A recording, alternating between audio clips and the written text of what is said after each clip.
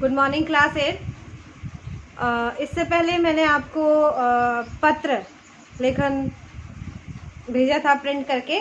तो पत्र लेखन में मैंने आपको पहले 2 पत्र जो भेजे थे वो आपके थे औपचारिक पत्र, यानी कि ऑफिशियल लेटर। इसके बाद जो मैंने 2 पत्र आपके भेजे थे वो है अनौपचारिक लेटर। तो औपचारिक लेटर हम किसी कार्यालय में, किसी सरकारी या स्कूल के प्रिंसिपल को जो पत्र होता है, या संपादक को जो पत्र होता है, या बिजली विभाग को जो पत्र होता है, किसी विभाग को, किसी ऑफिस को जब हमने कोई पत्र भेजना होता है तो वह पत्र होता है औपचारिक पत्र, यानी कि ऑफिशियल लेटर। और अनौपचारिक पत्र क्या होता है? जिसे हम अपने माता पिता, भाई बहन, मित्र या अपने सगे संबंधियों को जो पत्र भेजते हैं वह पत्र हमारा क्या होता है? अनौपचारिक पत्र होता है। उसमें फॉर्मेलिटीज़ नहीं होती हैं, लेकिन फिर भी अपना नाम, पता, ये सब आपको देना पड़ता है। दिनांक आपको डालनी ही पड़ती है। हाँ, उसमें महोदय और सेवा में जैसे शब्द आपके नहीं होते हैं। तो देखिए, आपने, उम्मीद है उसका मैंने जो आगे से आपको उसका फॉर्मेट भेजा है। औपचारिक पत्र क्या होता है उसको आप ठीक से पढ़ लीजिए, अनौपचारिक पत्र क्या होता है उसको भी आप ठीक से पढ़ लीजिए। आज मैं आपको बताऊंगी संवाद लेखन। हमारा लेखन में पहले आप डालेंगे ग्रामर की कॉपी। आपको बनाने की आवश्यकता नहीं है अलग से, आप एक ही कॉपी में ये वर्क करें, और जहाँ पहले वाला वर्क आपका ख़त्म हुआ है उसी से आप आगे को कंटिन्यूसली करते रहें। जहाँ पर आपका वो ख़त्म होता है वहाँ पर आप डालिए पत्र लेखन। फिर आप उस पर ऊपर से हेडिंग डालेंगे औपचारिक पत्र, और अनौपचारिक पत्र में अनौपचारिक पत्र। उसके बाद आप पत्र स्टार्ट करेंगे। 2 पत्र आप औपचारिक लिखेंगे, 2 पत्र आप अनौपचारिक लिखेंगे। और उसके बाद कक्षा में हम इसका डिस्कस करेंगे। अन्य पत्रों के बारे में मैं फिर आपको कक्षा में बताऊंगी, लेकिन तब तक आप इतना लिखेंगे। फिर दूसरी हेडिंग डालिए आप अध्याय 2 करके लिखिए लेखन। ग्रामर हमारी एक अलग चीज़ है, ये है हमारा लेखन। ये हमारी व्याकरण नहीं है, व्याकरण के अंतर्गत ये नहीं आता है। ये हमारी लेखन और रचनात्मकता के अंतर्गत आता है। तो पत्र लेखन अध्याय 1, संवाद लेखन अध्याय 2।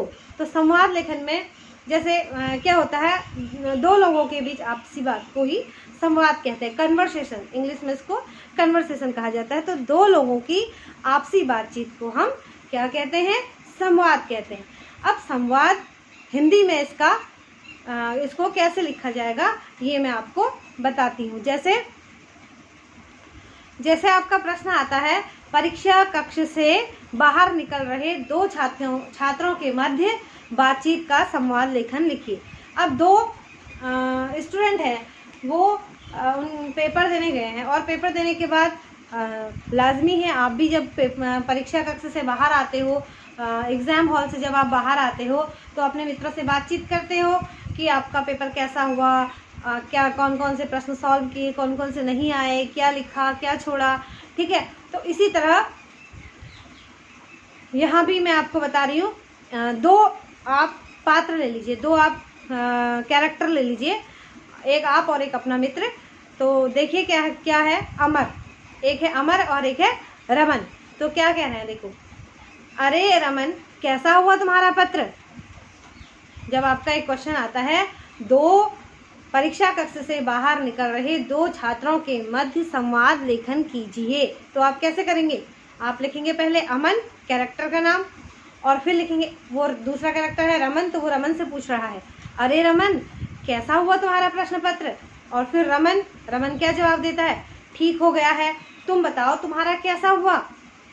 फिर अमर बोलेगा, तो अमर आप लिखोगे, मेरा प्रश्न पत्र तो बहुत अच्छा हुआ, मैंने लगभग सभी प्रश्न हल किए थे।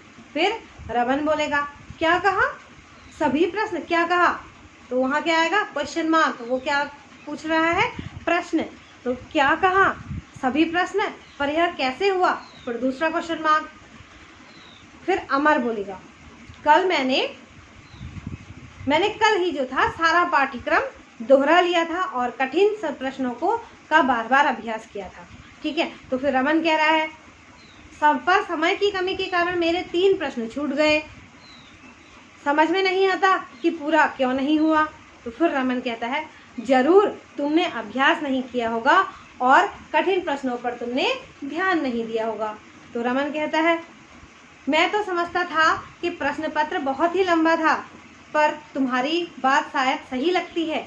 तो फिर अमर कहता है, शायद नहीं, पूरी तरह सही, क्योंकि मेरे पास 15 मिनट का समय जो था वह दोहराने के लिए भी बचा था।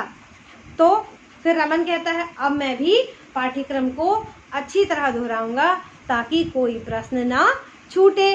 तो देखो, फिर अमर कहता है कि अमर चलो अब रमन चलो अब चलकर अगले प्रश्न पत्र की तैयारी करते हैं। तो रमन कहता है, धन्यवाद अमर, चलो चला जाए। तो देखो क्या था, दो मित्रों के बीच एक सिंपल कन्वर्सेशन था, बहुत ही आसान शब्दों में, आसान वाक्यों में जो था वो बातचीत हुई वहाँ पर। और यही हमारा संवाद है, दो मित्रों के बीच या दो लोगों के बीच कोई अच्छी सी कन्वर्सेशन जो हमारी होती है वही जो होती है संवाद कहलाती है। तो देखिए, आपको भी इसमें सोचने या घबराने की ज़रूरत नहीं कि हम कैसे करेंगे या क्या होगा, हम संवाद कैसे लिखेंगे, हमें लिखना आएगा कि नहीं लिखना आएगा। हिंदी में बच्चे घबराते हैं, तो हिंदी जो है हमारी मातृभाषा है। हम आपस में जो बोलते हैं, आपस में जो बातचीत करते हैं, हम माता पिता से जो बातचीत करते हैं, उसमें क्या है, थोड़ा सा शुद्ध साहित्यिक हमको हिंदी के जो हैं सेंटेंस हमको लेने पड़ते हैं। शुद्ध साहित्यिक जो है वो वर्ड्स यानी कि शब्द हमें जो है उनमें हमको लेने, उसके लिए हमें क्या करना होता है, अभ्यास। बस अगर हमने अभ्यास नहीं किया है तो हमको दिक्कत आ सकती है। लेकिन अगर हम बार बार उस चीज़ का अभ्यास करें, हम पढ़ें, हम ज़्यादा से ज़्यादा, मैं आपको कहती हूँ कि आप लिटरेचर पढ़ो, ज़्यादा से ज़्यादा अपनी पुस्तक की जो आपकी टेक्स्ट बुक है उनको तो पढ़ो ही पढ़ो, साथ साथ आप न्यूज़पेपर जो आता है उस न्यूज़पेपर में एक आता है साहित्यिक चर्चा, आप उस न्यूज़पेपर में देखो साहित्यिक चर्चाएं पढ़ो। ऊर्जा आती है, ऊर्जा वाला एक कॉलम आता है, उस जिस पेज में ऊर्जा आता है उसी पेज में ये साहित्यिक चर्चाएं आती हैं, कविताएं आती हैं, लेख आते हैं। आप उन सबको पढ़ो, उससे आपको आगे की कक्षाओं में भी उनसे फ़ायदा होगा। और उनसे आगे की कक्षाओं में ही नहीं, आपको कहाँ कहाँ फ़ायदा होगा, आपको पत्र लेखन में फ़ायदा होगा, अनुच्छेद लेखन में फ़ायदा होगा, और आपको समसामयिक घटनाओं पर अगर आपकी कोई रिपोर्ट आती है, कोई लेखन से संबंधित जो भी विज्ञापन है, आपका विज्ञापन भी आपका उसमें, विज्ञापन यानी कि एडवर्टाइजमेंट, तो वो भी उसमें दिए रहते हैं। तो कैसे इन सबको लिखा जाता है ये सब आपको वहाँ पर उससे समझ में आ जाएगा, उससे आपके लिए जो है आगे का कार्य जो है वो ईजी हो जाएगा। बस आपको पढ़ाई के टच में हमेशा रहना है, आपको हमेशा कुछ न कुछ पढ़ते रहना है। ऐसा नहीं जिस समय खाली बैठे समय आप मान लिया आप लेट गए, आपको नींद नहीं आ रही, आपने न्यूज़पेपर का एक पेज ले लिया, आप न्यूज़पेपर की एक कटिंग बना के रख लो, किसी समय भी आप उनको पलटो और उनको पढ़ो।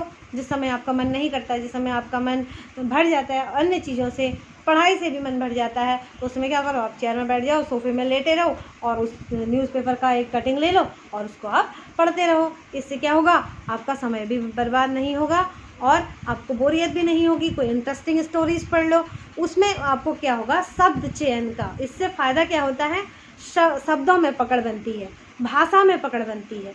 अगर आपको सारे शब्द पता चलेंगे कि ये शब्द इस चीज़ के लिए इसका अर्थ ये है, तो आप उनको कन्वर्सेशन में, आप उनको यहाँ पर संवाद लेखन में भी उन्हीं शब्दों को आप ले सकते हो।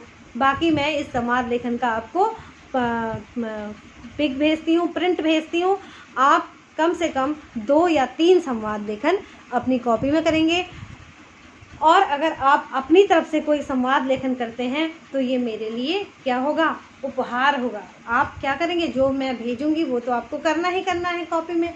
उसके अलावा भी आप होमवर्क में अपनी ओर से 2 मित्रों के बीच ही सही, माता और पुत्र के बीच सही, पिता और पुत्र के बीच में, अब या आजकल जो देश में हमारा लॉकडाउन हो रहा है, आप लोग घरों में हैं, आप अपने घर में देखिए अपने भाई बहन से कैसे आप बातचीत करते हैं, खेलते समय या खाते समय या अन्य बातें, या इस समस्या को, देश की जो समस्या है उस समस्या को लेकर अपने पारिवारिक जनों से जो चर्चा करते हैं, उसमें आप अधिक से अधिक ज़्यादा से ज़्यादा पात्र ले सकते हैं, ज़्यादा से ज़्यादा आप उसमें कैरेक्टर ले सकते हैं। तो वो मेरे लिए क्या होगा, आपकी ओर से एक उपहार होगा, तो आप उसको अवश्य करें। ठीक है, तो मिलते हैं अगली वीडियो में। आशा करती हूँ बच्चों इतना आपको समझ में आया होगा। और मैं बार बार कह रही हूँ, अगर आपको समझ में नहीं आता है तो आप मुझसे कांटेक्ट करें, आप मुझे फ़ोन करें, मैं आपकी हर समस्या का समाधान यहाँ पर करने को तैयार हूँ। ठीक है, तो मिलते हैं अगली वीडियो में, तब तक के लिए बाय।